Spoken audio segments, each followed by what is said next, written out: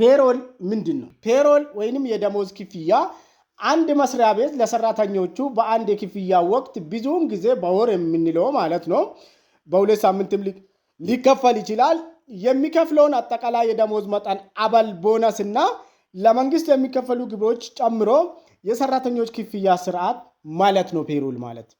በሳምንትም ሊሆን ይችላል በሁለት ሳምንትም ሊሆን ይችላል። አብዛኛው ጊዜ ግን በኢትዮጵያን ኮንቴክስት የሚታወቀው በአንድ ወር ውስጥ በመከፈል ነው የሚታወቀው።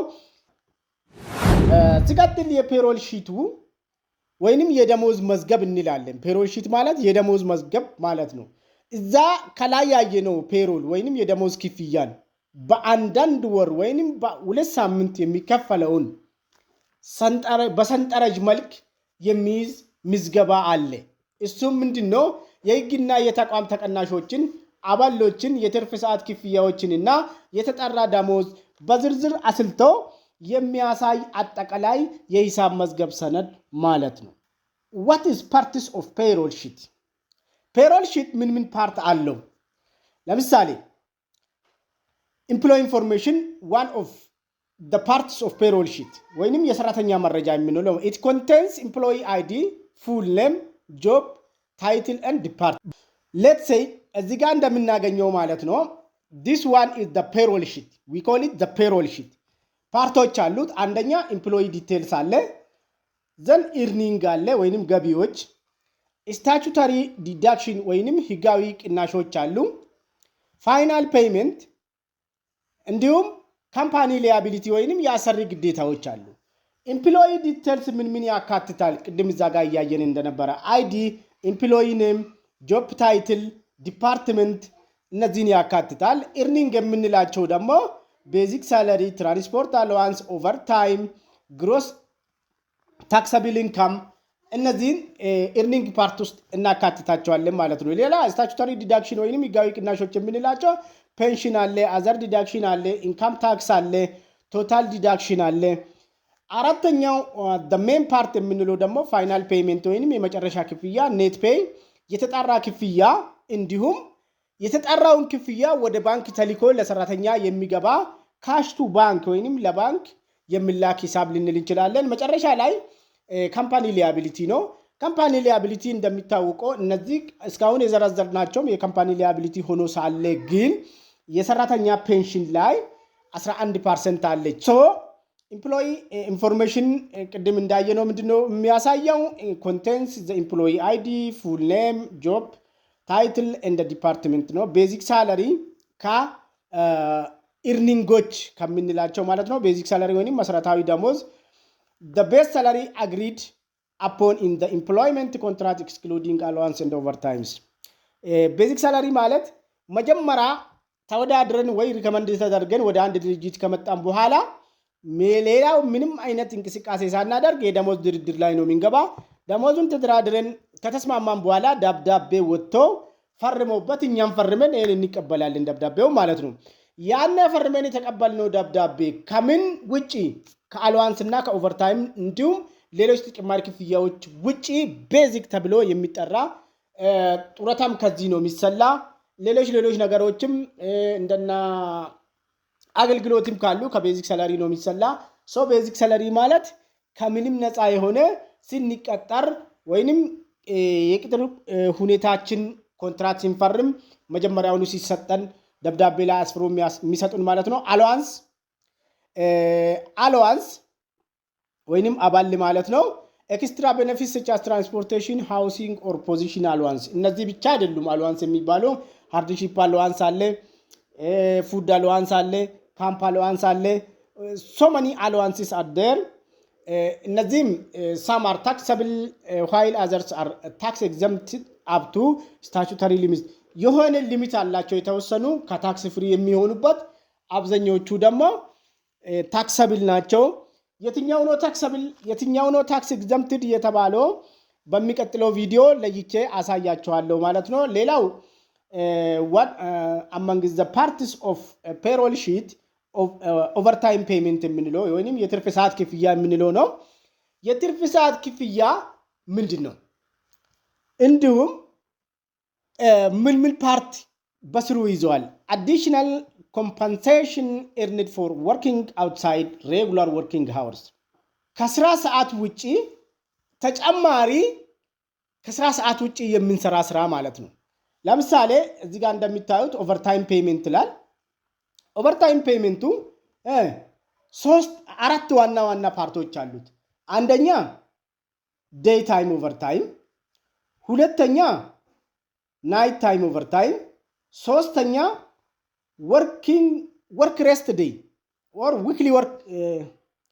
weekly rest days overtime ወይንም ሰንዴ የምንለው ማለት ነው። በሳምንት የእረፍት ቀናችን ላይ ማረፍ ሲገባን ወደ ድርጅቱ ቅጥር ግቢ ውስጥ ገብተን የድርጅቱ ስራ ሰርተን ስንውል ማለት ነው። አራተኛና ዋነኛው ፐብሊክ ሆሊዴይ የምንለው ነው። ፐብሊክ ሆሊዴይ ወይንም በህዝብ በዓላት ካላንደር በሚዘጉ በህዝብ በዓላት ላይ ቤታችን ውለን ከቤተሰባችን ጋር ማሳለፍ ሲገባን ነገር ግን እንደየስራ ሁኔታ በድርጅት ቅጥር ግቢ ውስጥ ማሳለፍ ከተገደደን እነዚህ አራቱ የኦቨርታይም ክፍያ ሁኔታ ናቸው ማለት ነው።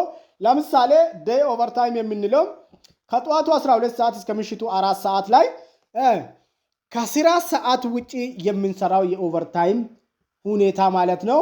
ናይት ታይም ደግሞ ከምሽቱ 4 ሰዓት ጀምሮ እስከ ንጋቱ 12 ሰዓት ላይ ከስራ ምድባችን ውጪ የምንሰራው የኦቨርታይም ስራ ማለት ነው። ዊክሊ ሬስት ዴይ ሳንዴ ወይንም በሳምንት እረፍታችን ቀን ገብተን ስንሰራ ሮብም ሐሙስም አርብም ሊሆን ይችላል። ዋናው ግን በአሁኑ ሰዓት በኢትዮጵያ ህግ መሰረት የግል ድርጅቶች 6 ቀን ነው ስራ የሚያሰሯቸው፣ በሰባተኛ ቀን ያርፋሉ። ይሄ ሰባተኛ ቀን ሰኞም ማክሰኞም ይሁድም ሊሆን ይችላል። ነገር ግን 6 ቀን ሰርተው በሰባተኛ ቀን ማራፍ ሲገባ ሰራተኛ ድርጅት ውስጥ ገብቶ ስራ ከሰራ እንደ ሳንዴ ወይንም ዊክሊ ሬስት ዴይ ይቆጠራል። ሌላ ፐብሊክ ሆሊዴይ ነው። እነዚህ አራቱ ፓርት የራሳቸው የሆነ ሬት አላቸው። ለምሳሌ እዚህ ጋር አሁን በቢጫ የሚያደርገው ወይንም በቀይ የሚያደርገውን ይውልኝ። በቀይ ያደረኩት ኮለመን ለምሳሌ ዴይ ታይም ኦቨርታይም መልቲፕላይ ሬቱ 1.5 ነው። ናይት ታይም ኦቨርታይሙ መልቲፕላይ ሬቱ 1.75 ነው። ዊክሊ ሬስት ዴዩ ሬቱ 2 ነው።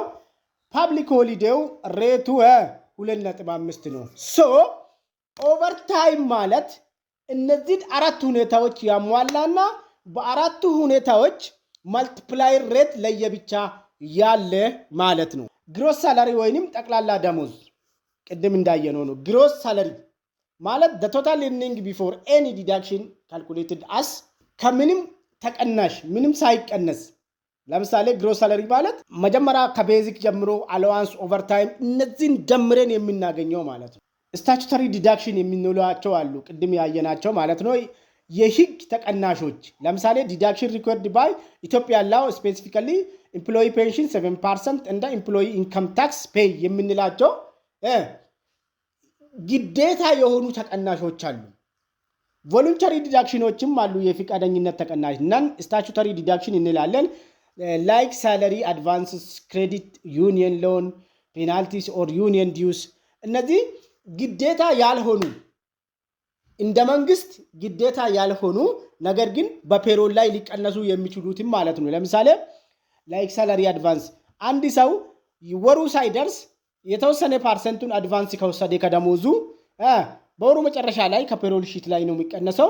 ሲቀጥል ክሬዲት ዩኒየን የብድርና ቁጠባ በሆነ 5% 10% የሚቆረጥ ካለ ህጉ አያስገድደውም። ግን ሰራተኛ ፈቅዶና ፈልጎ ይቆረጥብኝ ካለ በፔሮል ሊቆረጥ ይችላል። ሌላው ዩኒየን ዲዩስ ለሌበር ዩኒየኖች የሚከፈል ፐርሰንቶች አሉ።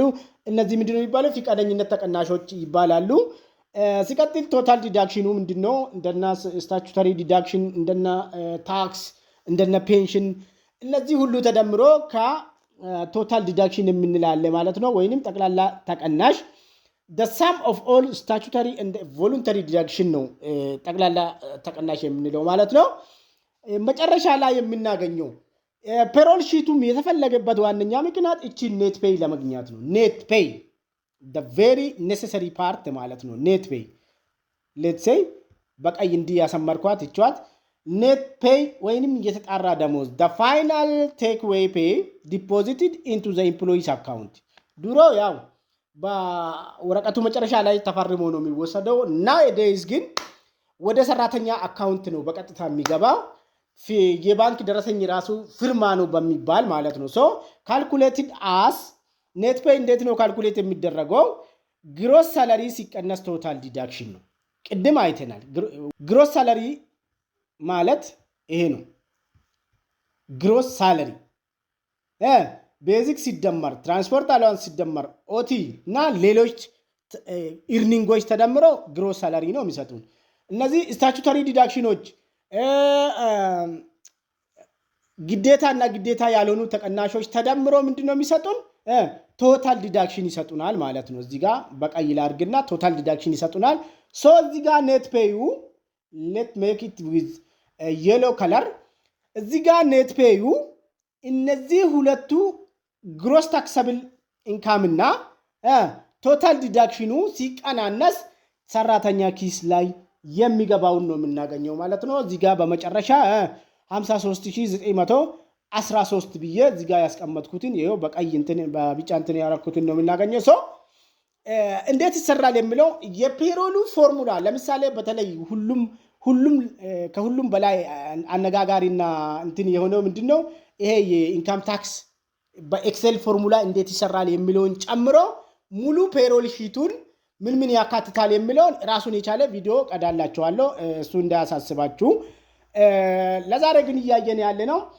net የተጣራ ደሞዝ ካገኘንና ወደ ሰራተኛ ኪስ ካስገባን በኋላ ምንድነው ኢምፕሎየር ፔንሽን ኮንትሪቢዩሽን አለች 18% እንደሚታወቀው በኢትዮጵያ ህግ መሰረት የሰራተኛ ደሞዝ ከሰራተኛ ቤዚክ ሳላሪ ደሞዝ ተቆርጦ በዛ በቤዚክ ሊክ 18% የሰራተኛ መዋጮ ተብሎ በወሩ መጨረሻ ላይ ወደ ሰራተኛ ማህበር አካውንት ይገባል ማለት ነው ወደ ጡረታና ምናምን ድርጅት ይገባል ማለት ነው ሶ እቺኛው 11% ከድርጅቱ የመጀመሪያው 7% ከሰራተኛው ተቆርጠው የኤምፕሎየር ፔንሽን ኮንትሪቢዩሽን የምትባለው 11% ስለሆነች ነው ማለት ነው